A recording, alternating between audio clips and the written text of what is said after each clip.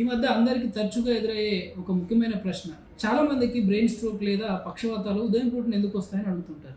Reasons ఏంటంటే, ముఖ్యంగా గాఢ నిద్రలోకి వెళ్ళినప్పుడు మన బీపీ అనేది చాలా లో అయిపోతుంది, కామ్గా సర్కిల్ జరుగుతూ ఉంటుంది. అదే గాఢ నిద్రలో నుంచి లేచేటప్పుడు బీపీ అనేది సడన్గా పెరుగుతుంది. దాన్ని బీపీ స్పైక్స్ వస్తుంటాయి అన్నమాట. దాని వలన ఒక్కొక్కసారి బీపీ కనుక స్పైక్ ఎక్కువ వచ్చినట్టయితే రక్తనాళాలు చిట్లిపోవడము, లేదంటే ఒక్కొక్కసారి నారో వెజల్స్ అంటే ఆల్రెడీ సన్నగా ఉన్న వెజల్స్ లో క్లాట్స్ అవడం వల్ల పక్షవాతాలు రావచ్చు.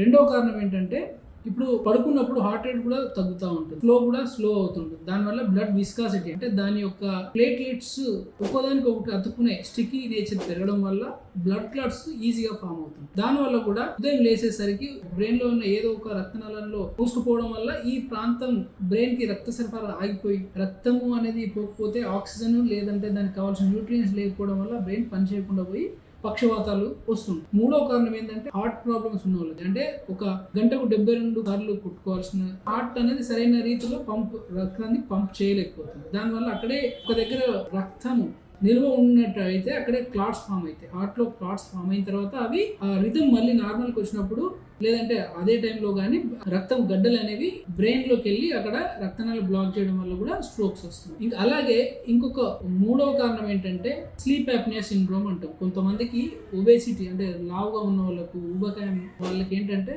గురక ఎక్కువ రావడం, ఇవన్నీ ఇనిషియల్ గా సైన్స్ ఉంటాయి. కానీ వాళ్ళకు రాత్రి డీప్ స్లీప్ లోకి వెళ్ళినప్పుడు ఏమవుతుందంటే, బ్రెయిన్ కి ఆక్సిజనేషన్ అనేది తగ్గుతుంది. అలాగే బ్రెయిన్ హార్ట్ రేట్ ఎప్పుడైతే మనం బీపీ అన్ని కామ్ ఉండడం వల్ల ఒకేసారి పొద్దున్న లేచినప్పుడు అవన్నీ మళ్ళీ నార్మల్ స్థితికి వస్తుంటాయి. హార్ట్ రేట్ పెరగడము, లేదంటే బీపీ పెరగడం. అలాంటి టైంలో ఆల్రెడీ బీపీ షుగర్లు ఉన్న వాళ్ళకి, ఆల్రెడీ లిపిడ్స్ అంటే ఫ్యాట్, చెడు కొలెస్ట్రాల్ ఎక్కువ ఉన్న వాళ్ళకి రక్తనాలు ఆల్రెడీ థిక్ అయి ఉంటాయి అన్నమాట, మూసిపోయి ఉంటాయి. అలాంటప్పుడు ఈ క్లాట్స్ కూడా ఫామ్ అయ్యి అవి వాటిని బ్లాక్ చేసే అవకాశం ఎక్కువ ఉండడం వల్ల బ్రెయిన్ స్ట్రోక్స్ అనేవి వస్తుంటాయి. పొద్దున వచ్చిన వాళ్ళకి లక్షణాలు జనరల్గా ఎట్లుంటాయంటే, ఈ స్ట్రోక్ లక్షణాలు పొద్దున్న లేవగానే వరకు కన్ఫ్యూజన్లో ఉంటారు. వాళ్ళకి ఏం అయోమయంలో ఏం అర్థం కాదు. ఒక్కొక్కసారి కాలు చేయి లేవకపోవడం, ఒక్కొక్కసారి లేదంటే మొద్దుబారిపోయినట్టు అనిపోవడము, చేతిలో గ్రిప్ పోవడము, ఒక్కోసారి చూస్తుంటే కంటి చూపు కూడా సరిగ్గా కనపడకపోవడము, లేదంటే సగం సగం కనపడము, డబుల్ కనపడడం కూడా ఇలాంటివి చూస్తుంటాం. ఒక్కోసారి మూతి వంకర పోవడము, ఇలాంటివి కూడా రావచ్చు.